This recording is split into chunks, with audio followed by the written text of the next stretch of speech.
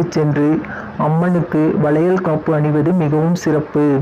இதை மணமாகாத ஆண்கள் அல்லது பெண்களும் குழந்தை இல்லாத தம்பதியினரும் செய்வது மிகவும் சிறப்பானதாகும். இந்த ஆடிப்புற தினத்தன்று கோயிலுக்கு சென்று அம்மனுக்கு வளையல் காப்பு அணிவித்து அங்கு வந்திருப்பவர்களுக்கு நம்மால் முடிந்த 2 அல்லது 4 வளையல்கள் அவர்களுக்கு கொடுத்து நாம் அவர்களிடம் இருந்து ஆசீர்வாதம் பெற்றுக்கொள்வது மிகவும் சிறப்பானதாகும். முருகம் புல்லில் அசைவது யாரு? அறிவை விருத்தி செய்வது யாரு? மண்ணை குழைத்தால் வருவது யாரு?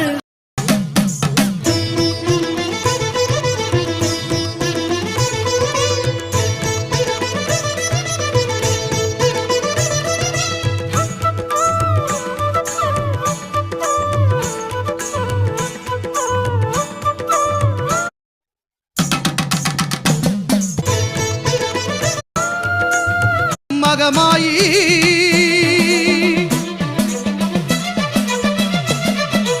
உடுக்கை பம்பை ஓசை கேட்டால் ஓடி வரும் மகமாயி, ஊழ்வினைகள் மாய்த்திடுவாள் வேர்க்காட்டு கருமாறே, ஊழ்வினைகள் மாய்த்திடுவாள் வேர்க்காட்டு கருமாறே.